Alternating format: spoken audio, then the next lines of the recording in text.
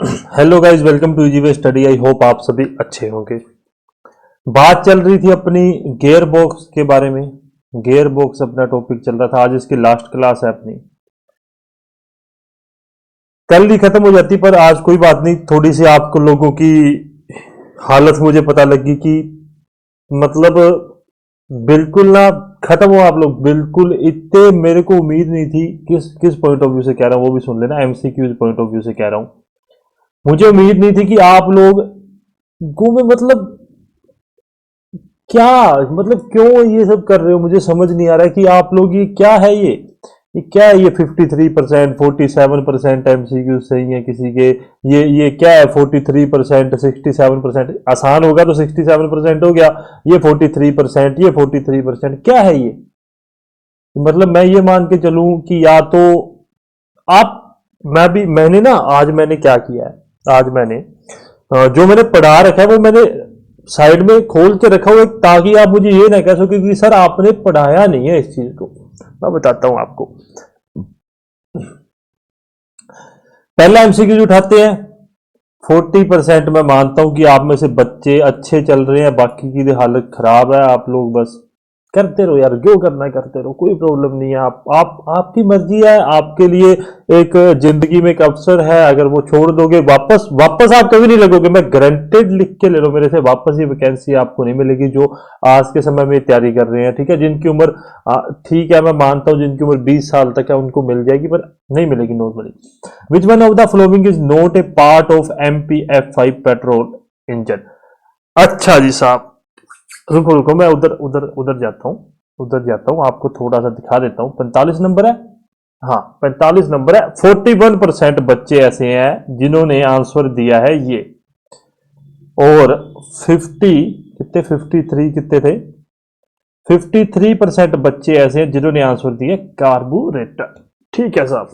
अब ये जो 41% वाले महाबेवकूफ बच्चे हैं उनके लिए मेरे को एक एडवाइस है।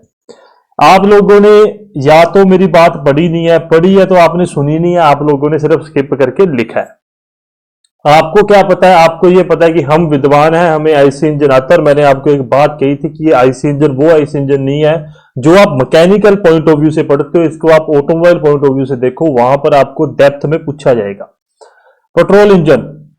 अच्छा साहब, पेट्रोल इंजन आ गया। पेट्रोल इंजन का मतलब ये होता है कि उसके अंदर फ्यूल इंजेक्टर नहीं होता, क्योंकि फ्यूल इंजेक्टर जो है वो तो डीजल इंजन में होता है। आप ये नहीं कह सकते सर ने ऐसा पढ़ाया। नहीं नहीं नहीं, मैंने आपको ये चीज नहीं पढ़ाई है। ठीक है, नॉर्मल इंजन पढ़ाई है, एमपीएफआई के पॉइंट ऑफ व्यू से नहीं पढ़ाई है। हाँ, पढ़ाई है आपको कि पेट्रोल इंजन में क्या होता है। पेट्रोल इंजन में अपने कार्बोरेटर होता है और स्पार्क प्लग होता है, और इसके अंदर क्या होता है, फ्यूल इंजेक्टर होता है।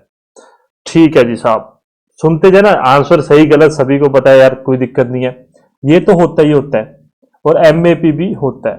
ठीक है, सेंसर जितने भी आ जाएंगे वो होंगे, कोई प्रॉब्लम नहीं है। क्योंकि अच्छा, ये हो सकता है आपने कभी नाम ना सुना, पर फिर भी आपको पता है। आपको पता है, मैंने आपको एक बात बताई थी। इसकी फुल फॉर्म क्या है भाई। इसकी फुल फॉर्म क्या है, किसी को पता है?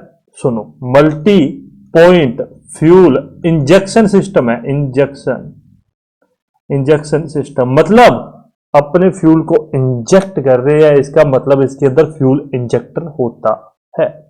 इसका मतलब इसके अंदर फ्यूल इंजेक्टर होता है, परंतु इसके अंदर कार्बोरेटर नहीं लगा होता। विद्वानों, इसके अंदर कार्बोरेटर नहीं लगा होता। इसके अंदर कार्बोरेटर अपने नहीं लगाते। जाके क्लासेस दोबारा से देख लो, समय है अभी भी आपके पास, अभी भी आपके पास समय है। कार्बोरेटर इसके अंदर नहीं लगा होता।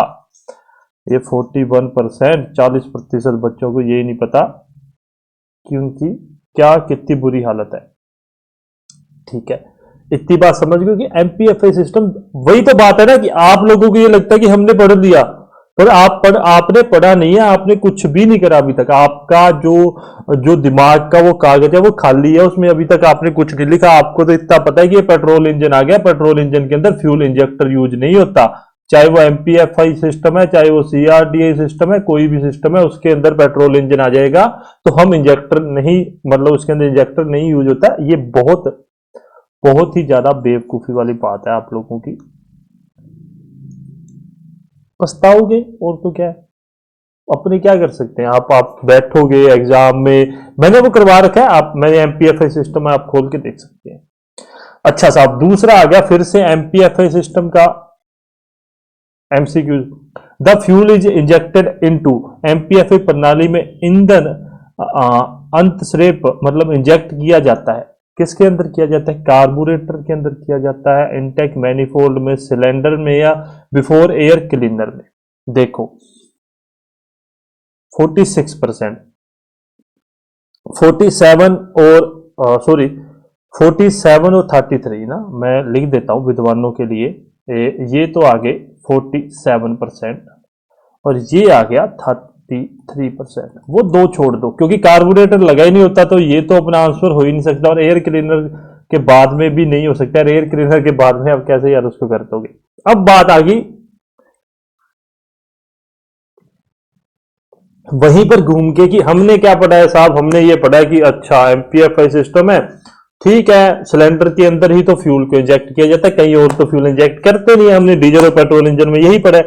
हमेशा एक बात कहता हूं कि आपने कुछ भी नहीं पढ़ा है, सच बता रहा हूं, कुछ भी नहीं पढ़ा है। अगर आपने ये आंसर गलत दिया, जिसने सही सही किया ना, वो मैं गारंटेड कहता हूं वो बंदे ना पेपर पास करने के बहुत करीब है, एक एक सीढ़ी आगे है, एक नहीं 10 सीढ़ी आगे हो आप इन लोगों से। ठीक है, अभी पेपर पास करना आसान नहीं है, मेहनत करनी पड़ेगी। ठीक है साहब, अब क्या है, हमने क्या पढ़ा है यार, फ्यूल को ना पेट्रोल इंजन में अपने देखते हैं, एयर एंड फ्यूल के मिक्सर को अपने क्या करते हैं, इंजेक्ट करते हैं किसके अंदर। अच्छा, इतने महाबेवकूफ बच्चे, आपको यहां पर इंजेक्शन दिख रहा है, ठीक है, यहां पर इंजेक्शन दिख रहा है, पर आपको फिर वही बात समझ ही नहीं आएगी, तो बेवकूफ हो तभी तो गलत किया है। ये भी बात सही है कि यहाँ देखो, हमेशा ना ध्यान रखना, दो तीन चीजें ध्यान रखना। देखो मेरी हैबिट क्या है, मैं कभी भी गोले नहीं लगाता हूं एमआर में, मैं पहले अपने आंसर की सॉरी क्वेश्चन पे अपना टिक करता हूं, क्योंकि मुझे पता है कि 2 से 3 एमसीक्यूज आपको ऐसे मिलेंगे जो एक दूसरे से इंटररिलेटेड होंगे, कि जिसका आंसर आपको आगे किसी एमसीक्यूज में देखने के लिए मिल जाएगा। ये बात ध्यान रखना। For example the fuel is injected, ठीक है, अब पर वही बात आपको ये समझ ही नहीं आएगा कि वहां पर fuel injector sorry fuel injector लगा होता है। वही मैंने बात की है कि फ्यूल इंजेक्टर होता है, कार्बोरेटर नहीं होता है उसके अंदर। तो यहां पर यदि इंजेक्शन की बात आ रही है, हो सकता है आपको एमपीएफआई की फुल फॉर्म ना बताओ, पर इंजेक्शन की बात आ रही है तो पीछे आप दिमाग लगा सकते हो कि फ्यूल इंजेक्टेड मतलब फ्यूल इंजेक्टर ही चाहिए, ठीक है, और इसका मतलब कार्बोरेटर नहीं है, अगर आप दिमाग लगाना चाहते हो तो। अच्छा साहब, अब हमने नॉर्मली क्या पढ़ा है, नॉर्मली ये पढ़ा है कि चाहे डीजल है चाहे पेट्रोल इंजन है, उसको फ्यूल को इंजेक्ट किया जाता है उसके अंदर, सिलेंडर के अंदर। ठीक है साहब, अब सुनो, सुनते रहो सुनते रहो। फ्यूल इंजेक्शन की प्रोसेस चलती है डीजल इंजन में, डीजल इंजन में चलती है, क्यों चलती है, क्योंकि उसकी सेल्फ इग्निशन टेम्परेचर कम होता है डीजल का, ठीक है, पेट्रोल का ज्यादा होता है। एमपीएफआई सिस्टम क्या है, एमपीएफआई सिस्टम पेट्रोल इंजन के लिए यूज करते हैं अपने, we can use for petrol engine.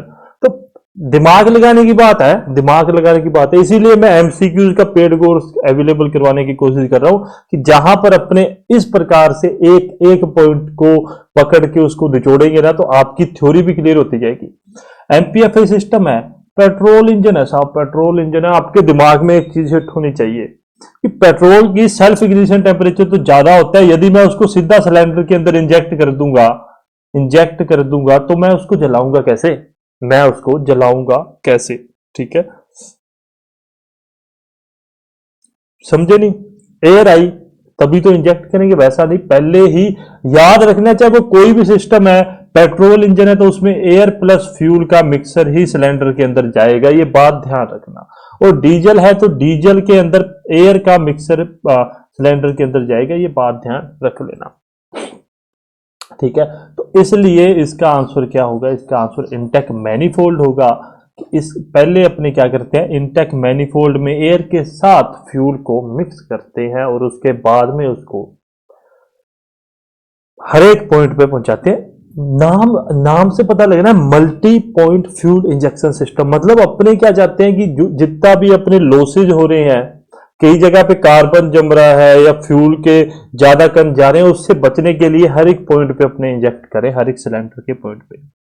ठीक है साहब, दूसरा। अब आ जाओ तीसरा। मैंने ये करवा रखा है, पर कुछ अलग लैंग्वेज में करवा रखा है। मैंने आपको पहले दिन से कहा है कि मेरे को नहीं पता कि आपके एग्जाम में क्या है, बल्कि मैं ऑटोमोबाइल फिर भी आपके एमसीक्यूज के हिसाब से करवा रहा हूं।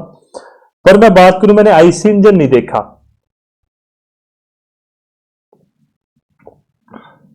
लैंग्वेज चेंज आपको मिल सकती है, ये मैं बात आपको कह रहा हूं।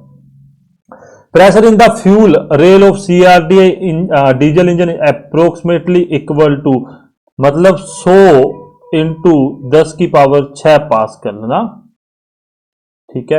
या इसको अपन लिख सकते हैं 10 इंटू 10 की पावर 6 पास करना, इसको ऐसे लिख सकता हूं। इसको मैं लिख सकता हूं 25 इंटू 10 की पावर 6 पास कर, और इसको मैं लिख सकता हूं 1000 इंटू 10 की पावर 6 पास कर। यही चीज है। अब आप कहोगे सब आपने तो करवाया नहीं है। करवाया है, आप लोगों को मैंने करवाया है, मैंने स्पेशली ये चीज चेक की है, मैंने करवाया है, नहीं करवाया, मैंने करवाया। क्या एमसीक्यू है, क्या प्रश्न पूछ रहा है? सीआरडी डीजल इंजन की ईंधन रेल में दाब लगभग होता है। आ जाओ अब सीआरडीए सिस्टम। मैंने ये सीआरडीए सिस्टम है, मैंने आपको करवा रखा है यार। कल की ना अपने सच्चा कल की वीडियो पे कॉपीराइट आ गया, मैंने वो आपको एक वीडियो दिखाई थी ना। अब मैं क्या करूंगा, आपको मैं वीडियो ग्रुप में भेज दूंगा।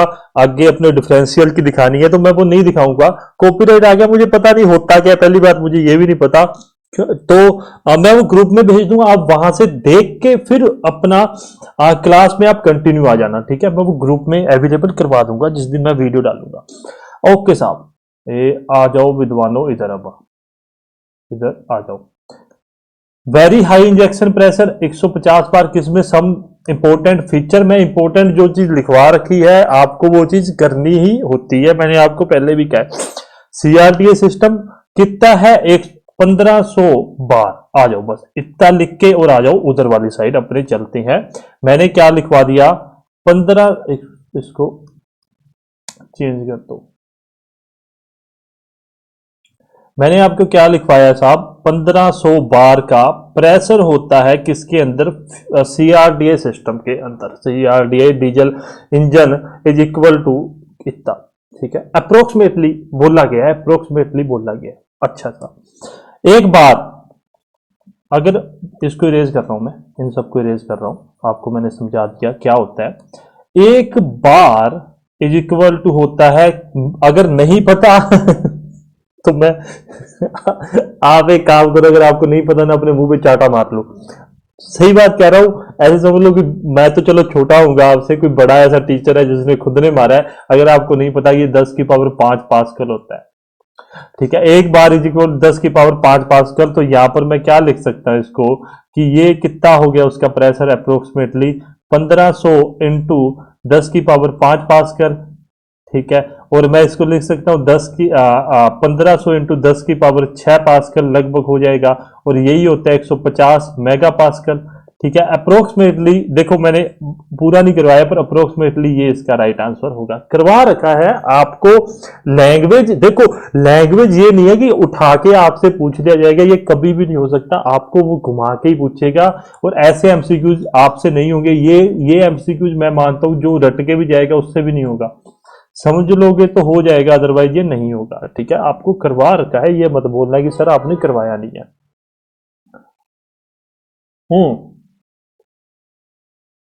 साहब आ जाओ। एक मैंने डायग्राम या चार्ट या फोटो मैंने आपको लगा के दी, जो मैंने ये कहा था कि इस चीज को रट लेना। जब मैंने आपको ये करवा रहा था, कंबसन फिनोमिना में आएगा, कंबसन में आएगा ना ये, हाँ कंबसन में आएगा। जब मैं आपको ये करवा रहा था तो मैंने आपको एक बात बोली थी कि साहब ये जो डायग्राम है इसको रट लेना। अभी वो एमसीक्यूज आ गया। In spark ignition the increase of combustion ratio will, एक स्पार्क प्रज्वलन इंजन में संपीड़न अनुपात बढ़ने पर, मतलब एक ऐसा इंजन में कंप्रेशन रेशो बढ़ेगा तो क्या होगा। और एक सीआई इंजन में, दोनों चीजें बताता हूं आपको। इंजन में यदि कंप्रेशन रेशो बढ़ेगा क्या होगा, ठीक है। मैं वहीं पे पॉइंट पे लेके चलते हैं। कंबसन फिनोमिना ये रहा, करवा रखा है। आप कह दोगे सर आपने करवा रखा है, अगर कोई कहेगा नहीं करवा रखा तो कोई इलाज नहीं है। ये क्या लिखा था मैंने, एक एमसीक्यू जो आपको फिक्स इस चार्ट में से आपको देखने के लिए मिलेगा। अच्छा विद्वानों, थोड़ी सी बेइज्जती तो करवा के जाओ यार, ये क्या है, ये 45, 46, 47, सिर्फ 43%। 48 में अपने पास क्या आ गया, 67, 30, 37। ये अच्छा है, मतलब आपने कुछ पढ़ा है यार, ये अच्छा लगा मुझे। ठीक है, तो characteristic tendency to reduce knocking, detonation and knocking, मतलब आप कम कैसे कर सकते हो ना। मैंने यहां पर स्टार लगा रखा है कि आपसे पूछा जाएगा, वो 2013 में पूछ लिया गया, और अब भी इनमें से आपसे एसआई सीआई इंजन में कुछ भी पूछ लिया जाएगा। ध्यान रखना कि एग्जामिनर ये नहीं देखेगा कि 2013 में क्या पूछा गया है, वो 8 साल पुरानी बात है, कोई नहीं देखता। अगर वो एग्जाम होते हैं ना, ये 2-2, 3-3 साल के गैप में होते हैं, तब एग्जामिनर ध्यान रखता है कि पिछले एग्जाम में क्या पूछा गया, अब नहीं ध्यान रखेगा वो। ध्यान, ये इस चीज को आप अपने दिमाग में रखना। यदि एसआई इंजन के अंदर कंबशन रेशो कम होगा तो जो नोकिंग होगी वो कम होगा, यदि ज्यादा होगा तो नोकिंग ज्यादा होगी। और यदि डीजल इंजन के अंदर कंबशन रेशो को ज्यादा कर देंगे तो नोकिंग अपनी क्या हो जाएगी, कम हो जाएगी। और यही बात आपको वहां लिखवाई गई है। कंप्रेशन रेशो यदि अधिक हो जाएगा तो नोकिंग जो होगी वो अपनी क्या हो जाएगी, नोकिंग लिखा है आप, हाँ नोकिंग लिखा है, नोकिंग अपनी क्या है, बढ़ जाएगी। ठीक है, यदि सीआई इंजन के अंदर कंप्रेसर रेशो ज्यादा हो जाएगा, नोकिंग अपनी कम हो जाएगी। दोनों बातों को बेहतर लेके चलना, अगर नहीं लेके चलोगे बेड़ा गर्क गया आप लोगों का। इंक्रीज नोकिंग टेंडेंसी, सीधी बात करते हैं बिना किसी फालतू की बात के। ठीक है, आपको पता होता है तो आपके माइंड में सबसे पहले एमसीक्यू हिट करता है, आप तभी आके ऑप्शन पढ़ते हो जब आपको ये होता है। देखो, रिड्यूसिंग नहीं हो सकता, नो इफेक्ट ऑफ नोकिंग, ये तो हो ही नहीं सकता, ये तो किसी भी हालत में। रिड्यूस प्री इग्निशन इफेक्ट, देखो ये तीन चीजें नोकिंग के बारे में बोल रही हैं। ठीक है, पर ये कोई सारा फालतू की बात कर रखी है, हटाओ इसको। तीसरी बात कर रखी है, कोई मतलब नहीं जिसका यहां पर वो बात कर रही है, हटा के साइड कर दो। ठीक है, और प्री इग्निशन पे इसका इफेक्ट नहीं होता वैसे भी, तो यही अपना क्या हो गया, राइट आंसर होगा, कोई प्रॉब्लम नहीं है।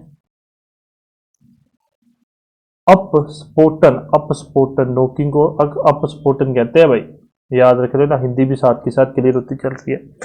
ओके साहब, अब आ गया, for a given engine setting and fuel what is meant by highest useful compression ratio HUCR।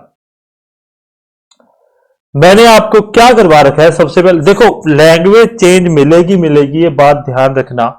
मैंने आपको करवा रखा है ओक्टेन एंड सेटेन नंबर खोला, और यहां पर मैंने सिर्फ एक ही बात लिखवाई थी, और मैंने यहां पर भी इंपॉर्टेंट लगा रखा था। मुझे उम्मीद थी कि ऐसा एमसीक्यू पूछा जा सकता है, कोई लंबी जोड़ी खेल नहीं होता, वो पूछ सकते हैं। यहां पर मैंने इंपॉर्टेंट लगा रखा है, क्या है, हाइयर यूजफुल कंप्रेशन रेशो, वह कंप्रेशन रेशो जिस पर फ्यूल को बिना डेटोनेशन के यूज किया जा सके। मतलब ऐसा रेशो, ऐसा अनुपात है, ये अनुपात है जहां पर, मतलब ऐसा अनुपात है जहां पर बिना किसी डेटोनेशन के, बिना डेटोनेशन या नोकिंग के फ्यूल को अपने क्या करते हैं, यूज करते हैं। ठीक है साहब, चलती है।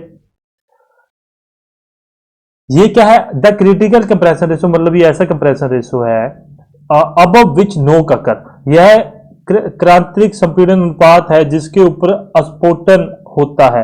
ये कुछ अच्छा लग रहा है, इसको रख लो यहां पे। ठीक है, a critical compression ratio at which the efficiency of engine is highest. ठीक है, वह क्रांतिक संपीड़न अनुपात जिस पर इंजन की दक्षता अधिक होती है। ये भी कुछ ठीक लग रहा है सुनने में, रख लो। A highest compression ratio at which the engine develop maximum power, ऐसा कुछ भी नहीं है, ऐसा कुछ भी नहीं है। ठीक है, यहां पर भी एफिशिएंसी, क्योंकि एफिशिएंसी कंप्रेशन रेशो पर डिपेंड करती है, इसलिए the highest compression eight which heat is obtained by combustion of the fuel, ये तो फालतू की बात है। और मैंने आपको क्या बताया था, अब इन दोनों की बात है, अगर आपको वो याद होगा तो मैंने ये बताया था कि ऐसा कंप्रेशन रेशो जिस पर फ्यूल बिना किसी मतलब नोकिंग के, क्या है, कहाँ गया यार, मैं लैंग्वेज भूल गया, ऐसा कंप्रेसर जिस पर फ्यूल को बिना डेटोनेशन के यूज किया जा सके। ठीक है, मतलब इस रेशो से ऊपर जाते सार, अबव जाते सार क्या होगा, नोकिंग स्टार्ट हो जाएगी। ये बात मैंने कह रखी है, और यही बात यहां पर एग्जामिनर ने दे रखी है। एमसीक्यूज घुमा के आएंगे बच्चा, ये बात ध्यान रखना यार। आप ये सोचो कि एमसीक्यूज आसानी से आ जाएंगे, ऐसा नहीं हो सकता। आपसे उठा के कोई भी नहीं पूछेगा, और इतने आसान होते तो टॉप कर रहे होते 2013 वाले बंदे। वो टॉपर की 145 कुछ आए हैं मेरे मेरे ख्याल से। तो आप खुद सोच लीजिए कि इतने आसान एमसीक्यूज नहीं आते हैं कभी भी। ऐसा कंप्रेसर रेशो अब विच नोकिंग अकर, मतलब ऐसा कंप्रेसर है जिसके ऊपर नोकिंग चालू हो जाएगी, और जिस पर रहेंगे, यदि उस कंप्रेसर रेशो पर रहेंगे तो अपना क्या है, नोकिंग नहीं चालू होगी। ये बात मैंने आपको करवा रखी है। ये तो बच्चों वाली बात है। अच्छा आ जाओ उधर आ जाओ भाई। समय है अपने पास, समय बहुत है। मेरे को समय की कोई परवाह नहीं है, मेरे पास बहुत समय है, कोई दिक्कत नहीं है। आपका स्लेब आज केयर बॉक्स करवाने, इसीलिए 6 एमसीक्यूज दिए थे। और 43% वही मुंह काला करवा रखा है आप लोगों ने अपना। ठीक है, अपना भी करवाओगे एग्जाम में, मुझे लगता है मेरा भी करवा। अच्छा 43% की बात तो और सुन लो, इसमें से भी अभी एक एक तो मेरा भी सही है ना। अभी अभी आप देखोगे तो एक तो मेरा भी सही है, इस सभी में मेरा एक, मैंने भी अपना राइट आंसर दे रखा हो। तो ये भी बात ध्यान रखना, 40% के लमसम ही हो आप लोग। ये भी देखो 43%, ये क्या आज 43 लगा रखा है। चलो 49, सॉरी 40, इसका भी ये 29। ठीक है, देखो ये तो आपको समझ आने वाली बात है। एक correct sequence of combustion stage of CI engine, मतलब डीजल इंजन का कंबशन में आपका करेक्ट स्टेज क्या होती है। मैंने आपको यहाँ खोल रखा है, मैंने कंबशन फिनोमिना यहीं कहीं ना कहीं अपना पढ़ा होगा वो चीज भी। आफ्टर बर्निंग, ये रही 4 स्टेज ऑफ नॉर्मल कंबशन क्या है, इग्निशन डिले पीरियड, फिर अनकंट्रोल्ड कंबशन, कंट्रोल्ड, और आफ्टर बर्निंग। ये भी मैंने आपको करवा रखा है बहुत अच्छे तरीके। क्या, इग्निशन डिले पीरियड मतलब चारों में है। फिर क्या है, अनकंट्रोल्ड, मतलब ये दोनों तो कट ही गए, अनकंट्रोल्ड, फिर कंट्रोल्ड, और फिर आफ्टर बर्निंग। ये होगा इसका राइट आंसर, ये होगा इसका राइट आंसर। अब आप यार अपनी हालत खुद देख लीजिए, आपको शर्म आनी चाहिए। आप नहीं पढ़ रहे तो पढ़ना चालू कर दीजिए। आप ये नहीं कह सकते कि सर आपने नहीं करवाया, आपको सब कुछ करवा रखा है। कोई आपको प्रॉब्लम होती है पूछ सकते हैं, अच्छे तरीके से पूछ सकते हैं, कोई मेरे को दिक्कत वाली बात नहीं है। चलिए क्लास स्टार्ट करते हैं आज अपनी फ्री व्हील यूनिट के बारे में डिस्कस करते हैं। अपने फ्री व्हील यूनिट, मुद्दे वाली बात समझा देता हूं पहले आपको, फिर इसके बारे में लिखवा दूंगा। क्या होता है कि इंजन शाफ्ट घूम रही है, इंजन शाफ्ट से पूरा सिस्टम घूम रहा है, प्रोपेलर शाफ्ट वगैरह ये सब कुछ घूम रहा है। क्लच, गियर बॉक्स, यूनिवर्सल, जो प्रोपेलर, डिफरेंशियल, चक्के घूम रहे हैं साहब। आपकी बात सही है सर, घूम रहे हैं। अब एक कंडीशन आ गई, कंडीशन समझना। एक कंडीशन है, ठीक है, एक कंडीशन है कि अपना व्हीकल जो है, व्हीकल जो है एक स्लोप पे है, एक स्लोप पे अपना व्हीकल है। ठीक है, स्लोप मतलब ढलान पे अपना व्हीकल है। उस कंडीशन में अपनों ने क्या किया, अपने क्या करते हैं उस कंडीशन में, इंजन को बंद कर देते हैं। इंजन बंद कर दिया, इंजन को बंद कर दिया अपनों ने, इंजन बंद कर दिया। इंजन बंद हो जाने के बाद में भी वो व्हीकल ढलान के कारण चलता रहेगा। कई बार अपने क्लच भी दबा देते हैं ना, कई बार नहीं भी दबाते कि ज्यादा ढलान होती है तो वो इंजन क्या है, वो चलता रहेगा। पर कभी आपने ये सोचा है क्या, कभी आपके दिमाग में ये बात आई है, सर वो व्हील घूम रहा है, व्हील घूमने के बाद में ऑब्वियस सी बात है डिफरेंशियल भी घूमेगा, प्रोपेलर शाफ्ट भी उल्टी घूमेगी, गेयर वगैरह भी उल्टे घूमेंगे। तो क्या सर जो अपना इंजन है वो भी उल्टा घूमने लग जाता है क्या? नहीं, ऐसा नहीं होता, बिल्कुल ऑब्वियस ही बात है, नहीं होता। क्योंकि अपने को फ्यूल बचाने के लिए इंजन बंद किया, अगर वो उल्टा घूमने लग जाएगा, फ्यूल बनाने लग जाएगा वो। ठीक है, कहीं ना कहीं तो वो इस प्रकार से उल्टी दिशा में कहीं भी एंटी क्लॉकवाइज जो भी है आप वो घूमने लग जाएगा, ऐसा नहीं होता। तो क्या उस चीज इंजन को घूमने से बचाता है, कौन सी चीज इंजन को घूमने से बचाती है, तो वो होती है free wheel unit. Free wheel unit engine को घूमने से बचाती है, इस बात को आप ध्यान में रख लेना। ठीक है बात समझ गए ना। कि भाई ढलान में जा रहे हैं, इंजन बंद कर दिया, सब कुछ घूम रहा है, तो क्या इंजन भी घूमेगा? ऐसा नहीं होगा कि इंजन भी घूमेगा, इंजन नहीं घूमेगा। ठीक है, इंजन नहीं घूमेगा। इंजन को घूमने से बचाने के लिए ही फ्री व्हील यूनिट करते हैं कि उसको एक ही डायरेक्शन में घुमा सकते हैं, वापस उसको नहीं घुमा पाओगे आप। अभी फोटो देखता हूँ, फोटो अपनी है, ये कुछ इस प्रकार से दिखता है ना, कुछ इस प्रकार से। ये आप स्ट्रक्चर याद कर लेना, स्ट्रक्चर आपके पास ही है, याद करते रहो भाई, बहुत जल्दी आपकी वैकेंसी आने वाली है, बहुत ही ज्यादा जल्दी। ये कुछ इस प्रकार से, ठीक है। अब इस एक एक रीजन है, एक रीजन है कि मैं जो बुक पढ़ता हूँ मैं उसको क्यों पढ़ता हूँ। अभी भी आपको एक चीज पता लग रही है, ये तो है कृपाल सिंह की बुक से, कृपाल सिंह सिंह की बुक से, ठीक है। और ये आपको पता लग रहा है, साफ डिफरेंस दिख रहा है। आप देखो ये जो ऐसा स्ट्रक्चर में लेके आता हूँ ना, वो कृपाल सिंह की बुक से, और आप खुद देख लेना कि मैंने अभी तक आपको कितना कुछ करवाया ऐसे। मैं नहीं करवाता क्योंकि कृपाल सिंह में भी मतलब की चीज नहीं है। मैं वो बुक जो जिससे मैं पढ़ता हूँ मैं उसको बेस्ट मानता हूँ, क्योंकि उसमें सब कुछ है। हाँ, ये मानता हूँ 10% आपको कृपाल सिंह से देखना पड़ेगा, कुछ चीजें इसमें नहीं है, परंतु इस बुक में जो जिससे मैं पढ़ता हूँ उस बुक में आपको सब कुछ मिल जाएगा, सब कुछ मिल जाएगा। उसमें 10% ऐसा जो नहीं है तो कोई बात नहीं, पर कृपाल सिंह में नहीं है यार, सिस्टम अच्छा नहीं है। वो बस हाइप है उस चीज की, क्योंकि मार्केट में वही एक अच्छे लेवल पे अवेलेबल है, इसी कारण से, अदरवाइज कुछ भी नहीं है। स्ट्रक्चर याद कर लेना, कुछ नहीं है, स्ट्रक्चर याद करना है। कुछ इस प्रकार से दिखता है कि यहां पर क्या है कि ये ऐसे तो घूम लेगा, ऐसे तो ये घूम लेगा, परंतु जैसे ही आप इसको इधर वाली साइड घुमाने घुमाने का प्रयास करोगे, ये जो इसकी ये जो स्टील रोलर है ना, ये इसको घूमने नहीं देंगे। इतनी बात आप ध्यान में रख लेना, ठीक है। अब मैं बात लिखवा देता हूं, इसको क्या कहते हैं? Free wheel assembly, free wheel assembly. Over running, over running clutch भी कह देते हैं, नाम याद रख लेना, आपको पता है कुछ भी पूछ सकता है। स्प्रैंग क्लच भी कह देते हैं, क्या? Sprang clutch. और वन वे क्लच भी कह दिया जाता है, वन वे क्लच भी कह दिया जाता है, ठीक है। आगे और बातें लिख लो। जो इनर जो इनर ड्राइविंग ड्राइविंग मेंबर होंगे, वो कनेक्टेड रहते हैं किससे? गियर बॉक्स के साफ्ट से, गियर बॉक्स के साफ्ट से। और जो आउटर आउटर ड्रिवन मेंबर होगा, वो कनेक्टेड रहेगा किससे? प्रोपेलर शाफ्ट से, प्रोपेलर शाफ्ट से, ठीक है। इस बात को भी शाफ्ट से ध्यान में रख लेना, रटने वाली चीजें रटते रहना, बैठे आराम से। करवा आपको दिया है, समझ लेना बस। जब ड्राइविंग मेंबर मेंबर घूमेगा घूमेगा तो ड्रिवन मेंबर ड्रिवन मेंबर भी घूमेगा।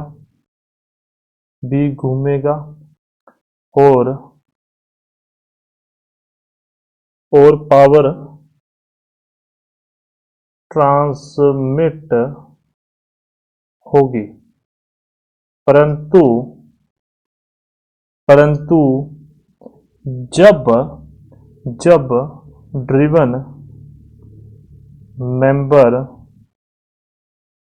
घूमेगा घूमेगा तो ड्राइविंग मेंबर मेंबर घूमेगा नहीं घूमेगा, ठीक है। वही है, लैंग्वेज में लिख दिया, और कुछ बात नहीं है। हिंदी में, इंग्लिश में वही बात लिख लो। The engine will be isolated from wheel by free wheel unit.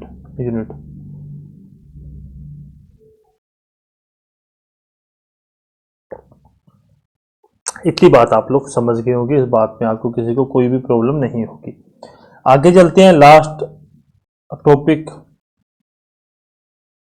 यार इससे एक फोटो पड़ी है ना, एक सेकंड देखता हूँ। आज कुछ ज्यादा नहीं है, आज आराम से पढ़ रहे हैं, कोई जल्दबाजी नहीं है, तभी आपको वो इतने एमसीक्यूज दिए थे।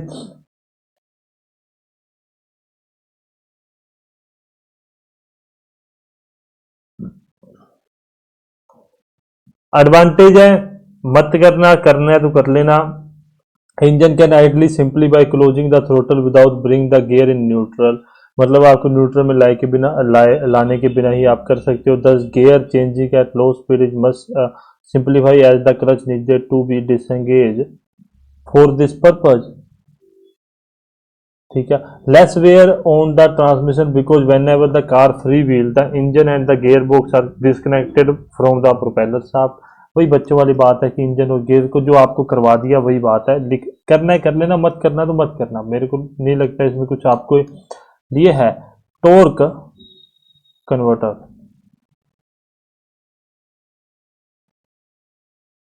ठीक है। टॉर्क कन्वर्टर के बारे में पढ़ते हैं। इस प्रकार के फ्लूइड मतलब यह क्या है, एक प्रकार का फ्लूइड कपलिंग है जिसका यूज इंजन की पावर को ट्रांसमिट करने के लिए किया जाता है। ठीक है, मैं अभी लिख देता हूं यार, इसके बारे में जो लिख रखा है फालतू की बातें जो भी लिख रखी है।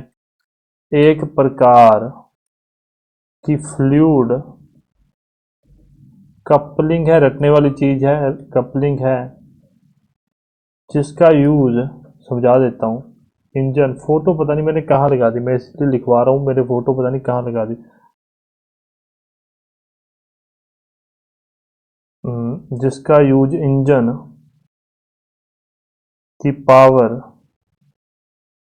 को ट्रांसमिट, पावर को ट्रांसमिशन के लिए किया जाता है, के लिए किया जाता है। इतनी बात आप समझ गए हो, ठीक है। ये कहाँ लगा होता है, तो ये लगा होता है between between engine between engine and transmission. Engine व ट्रांसमिशन के अंदर, मतलब दोनों के मध्य ये लगा होता है। फोटो अब मैंने लगा रखी है तो अभी देखते हैं। मुझे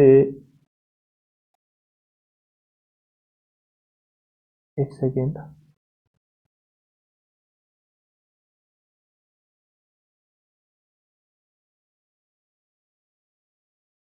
हाँ, इट्स मेन फंक्शन आर, मतलब इसके जो महत्वपूर्ण फंक्शन है वो क्या है। एक सेकेंड गाइज, एक सेकेंड यार। मैंने फोटो ही लगा रखी है, ठीक है। It transfer the power from engine to the transmission input shaft. मतलब ये इंजन से क्या करता है, पावर को ट्रांसमिट करता है ट्रांसमिशन के इनपुट शाफ्ट में, ठीक है। It drive the front pump of the transmission. ये क्या करता है, जो फ्रंट पंप है ट्रांसमिशन का उसको ड्राइव करता है। It isolate the engine from a load when the vehicle is stationary. ठीक है, जब व्हीकल खड़ा हुआ है, चल नहीं रहा है, तब ये क्या करता है,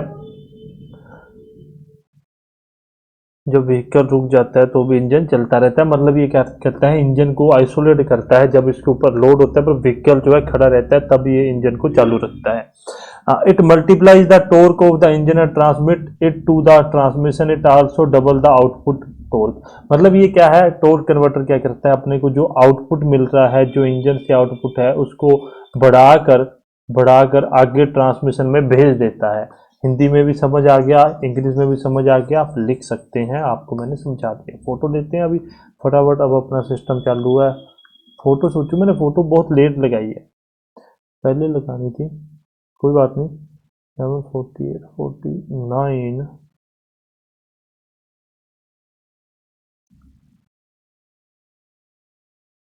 इस प्रकार का कुछ दिखता है टॉर्क कन्वर्टर। इस प्रकार का टॉर्क कन्वर्टर दिखता है। एक सेकंड, आगे वाली एक फोटो और ले लेते हैं।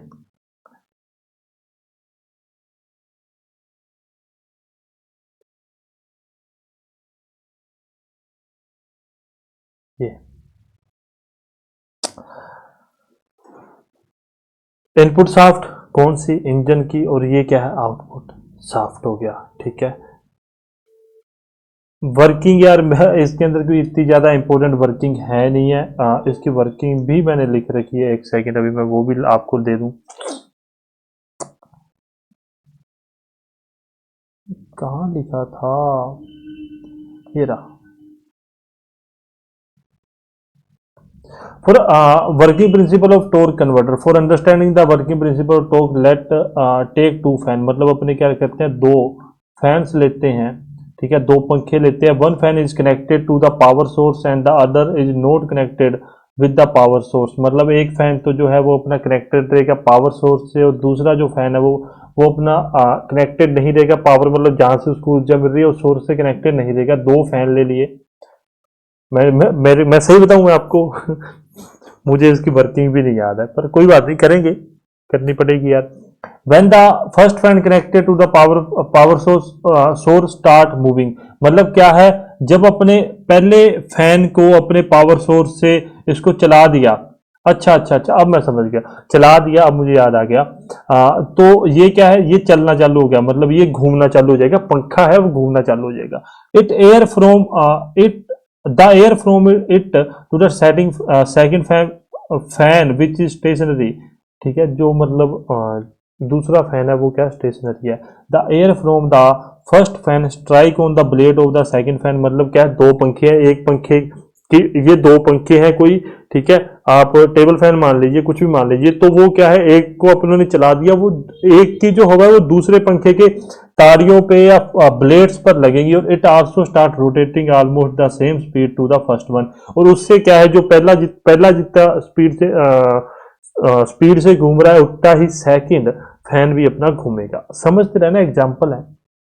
when the second fan is stop, it does not stop the first fan, इससे क्या है, जब अपने पहला फैन को रोक देंगे, ठीक, सॉरी, दूसरा फैन रुक जाएगा, तो ऐसा नहीं है कि पहला फैन अपना रुक जाएगा। उसी प्रकार से अपनी पावर ट्रांसमिशन होती है कि अगर व्हीकल रुक जाएगा तो ऐसा नहीं है कि जो अपना इंजन है वो पावर जनरेट करना रुक जाएगा, ठीक है।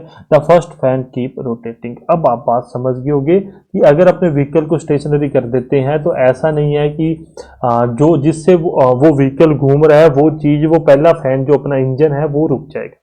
On the same principle of torque converter work, मतलब इसी सिद्धांत पर टॉर्क कन्वर्टर वर्क करता है। इन दैट द इंपैरेलर और pump are act as the first fan which is connected to the engine, मतलब इसमें क्या है, जो इंपेलर और पंप है, अभी आप समझते रहना, इसकी वर्किंग को समझना, ठीक है। ये जो इंपेलर और इसके अंदर एक पंप है, मैंने दो फोटो तभी लगाई है, ये जो इंपेलर और पंप है ना जो, ठीक है, ये तो रोटेट होते रहेंगे, ये तो अपना रोटेट होते होंगे रहेंगे। ये टरबाइन है अपने पास, यहाँ पर टरबाइन अपने को देखने के लिए मिलेगी, अभी बातें करते हैं उसके बारे में। Turbine act as the second fan, मतलब टरबाइन क्या है, जो अपनों ने दूसरा पंखा जो अपनों ने समझा, बात समझना, पहले वाली मैं फिर दोहरा देता हूँ, समय है उस चीज को समझना, ठीक है। मैं खुद थोड़ा कंफ्यूज हूँ, पर अब मेरे को क्लियर हो गया, मेरे को याद नहीं था यार, क्योंकि मैंने क्या है, मैं रीडिंग करता हूँ हमेशा, एक बार मेरे को नजरों से निकालना होता है, तो मैं भूल गया था आज। मैंने कहा आपको एमसीक्यूज करवाने, इसलिए पहला फैन, दो फैन है, आमने सामने रख दिए। आमने सामने रखने के बाद में अपनों ने क्या किया, एक फैन को अपनों ने पावर दे दी, वो घूम रहा है, और वो उसकी हवा से दूसरा जो पंखा है वो भी घूम रहा है। परंतु ऐसा नहीं है कि अगर दूसरा पंखा घूमना रुक जाएगा तो पहला भी रुक जाएगा, पहले को तो पावर मिल रही है, वो नहीं रुकेगा। सेम उसी प्रकार से जो पहला फैन है टॉर्क कन्वर्टर में, वो इंपेलर और पंप है उसका, ठीक है, और दूसरा फैन है वो टरबाइन है, जो अपनी fan turbine act as the second fan which is connected to the transmission system, जो अपने ट्रांसमिशन सिस्टम के साथ कनेक्टेड रहता है। व्हेन द इंजन रन, जब इंजन मतलब चल रहा है, it rotate the impeller due to the centrifugal force the oil inside the torque converter assembly direct toward the turbine, ठीक है। क्या है, जब इंजन घूम रहा है तो इंपेलर के द्वारा अपकेंद्रीय बल के कारण जो अंदर फ्यूल है टॉर्क कन्वर्टर के अंदर, ठीक है, वो क्या है, टरबाइन को चलाएगा। As it hit the turbine blade, वो टरबाइन के ब्लेड को जो फ्यूल ऑयल है वो हिट करेगा, द टरबाइन स्टार्ट रोटेटिंग, और वो उसी सेम स्पीड पे, जो पहला फैन सेकंड फैन वाली बात समझी है, इंपेलर की स्पीड पे ही टरबाइन घूमना चालू कर देगा। और it make the transmission system rotate and when the wheel of the vehicle moves, ठीक है। इससे क्या है, ट्रांसमिशन सिस्टम अपना घूमेगा और जो व्हील है वो क्या है, मूव करना चालू हो जाएंगे। When the engine stop the turbine also stop rotating but the impeller connected the engine keep moving and this prevent the killing of the engine. मतलब क्या है, अब आप बात समझ गए। मेरे को लगता है अब आपको कंफ्यूजन होगी। इंपेलर चल रहा है, इंपेलर और पंप चल रहा है, इंजन चल गया, इंपेलर पंप चल गया, ऑयल होगा, उससे टरबाइन चल जाएगी, ठीक है। टरबाइन रुक जाएगी तो कोई प्रॉब्लम नहीं है, पर अपना इंपेलर और पंप और इंजन तो अपना चलता ही रहेगा। इस बात को आप ध्यान में रख लेना। मैं मेरे को ये नहीं समझ रहा, भूल कैसे गया था इसको। अब ये बहुत बड़ी, बहुत ही इतने बड़े बड़े, अभी तो अभी मैंने क्या किया, सस्पेंशन सिस्टम किया। मैं आपको एक बार अभी दिखाऊं ना उसका, कि मैंने कितने उसके अंदर फोटोज लगाई है। बुरी हालत है, फोटो इतनी ज्यादा है ना जिसकी कोई हद नहीं है।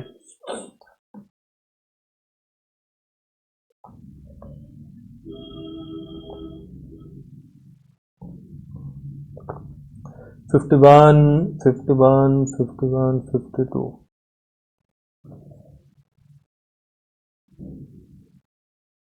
हाँ, ठीक है। A single stage converter is shown in, वो पीछे अपने देख लिया। It consist of three main part. एक इम्पेलर होता है, एक टरबाइन होता है, स्टेटर होता है। Stator it is connected to the frame through a free wheel, जो फ्री व्हील के साथ जुड़ा हुआ रहता है। Impeller the driven member of the connecting to the engine, और ये ड्राइविंग मेंबर, ये ड्रिवन मेंबर होता है कौन सा, टरबाइन, ठीक है। वो बच्चों वाली बातें करना है कर लेना, मत करना नहीं करना तो मत करना, कोई लंबी चौड़ी बात नहीं है। और कुछ भी है, एक दो बातें लिखने वाली हैं, के बाद में ये सब आपके लिए ही है। 55। Advantage of torque converter over a manual transmission system. Manual trans, अच्छा ये याद रखना है, ये ऑटोमेटिक ट्रांसमिशन सिस्टम की बात कर रहे हैं अपने, ठीक है। Torque converter varies gear ratio in the 3:1 से 1:1 तक ये जा सकता है, ठीक है। कि ऐसा नहीं है कि आप इसको उसी स्पीड पे भी चला सकते हो, ज्यादा आउटपुट भी अपने को निकाल के दे सकता है, ठीक है। In infinity number of stage which give uniform acceleration, मतलब इतनी बात याद ध्यान रखना कि आपको ज्यादा गियर रेशो भी निकाल के दे सकता है। It produce the maximum torque as compare with the vehicle equipped with the clutch, मतलब ये उससे ज्यादा मैक्सिमम टॉर्क अपने को निकाल के देता है। किससे, अगर क्लच मतलब क्लच वाले व्हीकल से ज्यादा अपने को टॉर्क देता है।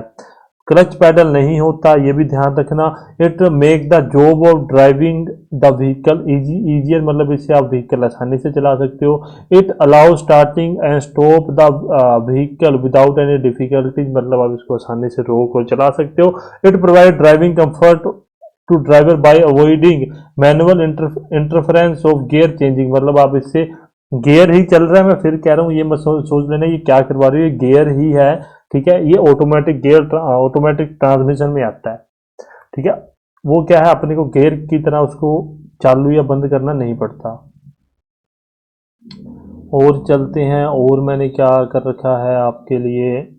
54, 55, ये तो मैंने कर दिया।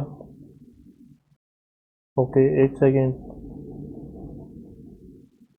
एक लास्ट रह गया यार।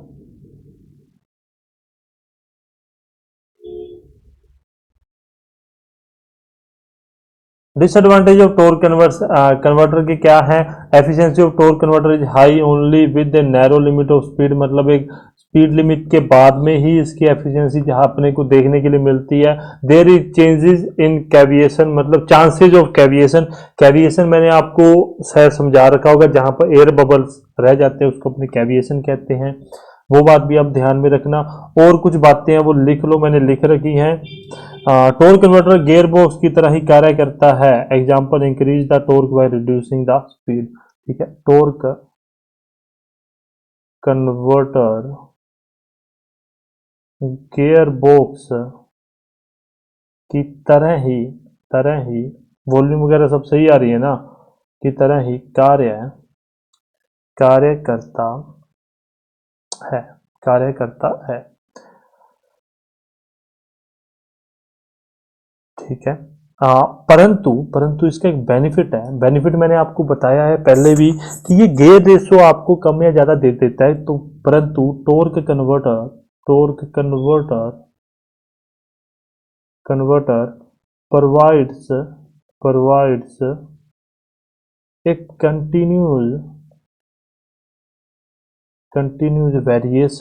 continuous variation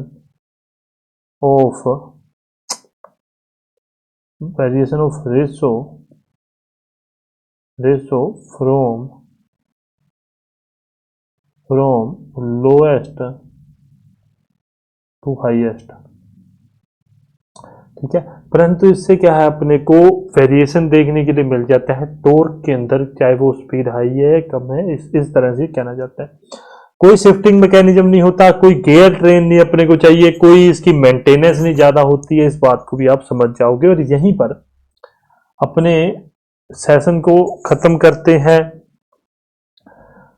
आपके लिए फिर बार बार आपको एक बात मैं बोल रहा हूं कि जितने भी ट्रबल शॉट आपको दिए जा रहे हैं याद कर लेना। हो सकता है वो बहुत ज़्यादा लग रहे हो, पर आपके लिए वो हेल्पफुल होंगे, आपके फ्यूचर में वो काम आएंगे। आपके एग्जाम में 1 या 2 एमसीक्यूज आपको देखने के लिए मिल जाएंगे। बाकी आप सभी विद्वान हो, आपको सही लगे आप करना, आपको नहीं लगे आप मत करना। अपने पास सीधी सी बात है, आपको सही लगता है आप वो चीज़ कीजिए, जो आपको सही नहीं लगता वो चीज़ आप मत कीजिए। ऐप डाउनलोड कर लेना। ऐप में अभी टेस्ट देखते हैं यार, अभी मैं खुद आलसी हुआ पड़ा हूँ, तो पर टेस्ट तो अपने लेंगे यार, ऐसी बात नहीं कि टेस्ट नहीं लेंगे, टेस्ट अपने लेंगे, ठीक है। टेस्ट वाली चिंता मत करना, बहुत ही जल्दी लेंगे। और आप ये जो बुक है मैं उसको easy way study automobile book के नाम से डालूंगा। आप डाउनलोड करना चाहते हो जिससे मैं पढ़ता हूँ, आप वो डाउनलोड कर सकते हैं, ठीक है। मैंने नाम बता दिया, उस नाम से मैं उसको डालूंगा, तो आप डाउनलोड कर लेना, कोई प्रॉब्लम वाली बात नहीं है। और उसके साथ आईसी इंजन की बुक भी मैं डाल दूंगा, अलग से डाल दूंगा, ताकि आपको ये ना हो कि हमने ये खरीदनी थी, हमने वो लेनी थी। तो आप अपने हिसाब से अपना जैसा भी आपको सही लगे वैसे आप कर सकते हैं। और टेस्ट वगैरह जल्दी कंडक्ट करवाते हैं। अभी कल मैसेज आया था किसी भाई का, वो कह रहे थे सर हमें एग्जाम देने जाना है, तो अपने उसके कोई अगले से अगले संडे देख लेंगे, या कि मंगलवार बुधवार वीरवार जब भी अपना मन किया कर लेंगे। आप यार प्लीज डाउनलोड कीजिए, कोई 2 पैसे आए मेरी जेब में पैसों की तंगी आ रखी है, लग भी बहुत गए ना, थोड़ा सा। आपको जो चीज़ चाहिए, ऐसा नहीं है, आपको जो चीज़ चाहिए आप वो ले सकते हैं वहाँ से। आप कहीं बाहर से खरीदने से अच्छा आप अपने से खरीद लीजिए, आपके लिए हेल्पफुल हो जाएगा और हमारे लिए भी हो जाएगा। आप ये बात समझ पा रहे होंगे, आप सभी बहुत इंटेलिजेंट हैं। यहीं पर अपने आज का सेशन भी एंड करेंगे। आपके लिए ट्रबल शॉट मैंने लगा दिए हैं, आप देख लेना, ठीक है। वो इसीलिए लगाए हैं ताकि आपको आसानी से आप उस चीज़ को कर सको। एमसीक्यूज की बात करूं तो आगे मूव करते हैं, एमसीक्यूज भी देख लेते हैं। अभी कल के लिए क्या है, कल 45-50 तक हो गए थे।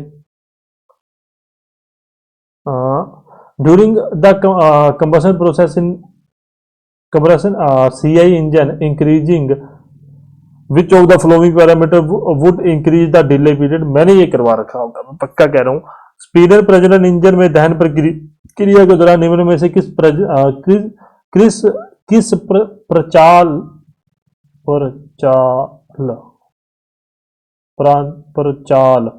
को बढ़ाने से विलंबन काल बढ़ेगा, ठीक है, डिले पीरियड बढ़ेगा। ये मैंने करवा रखा है, मेरे डैम श्योर हूं, मैं पक्का हूं, 100% मैंने आपको करवा रखा है, ठीक है। ये करवा रखा है भाई, ये करके आना है कर।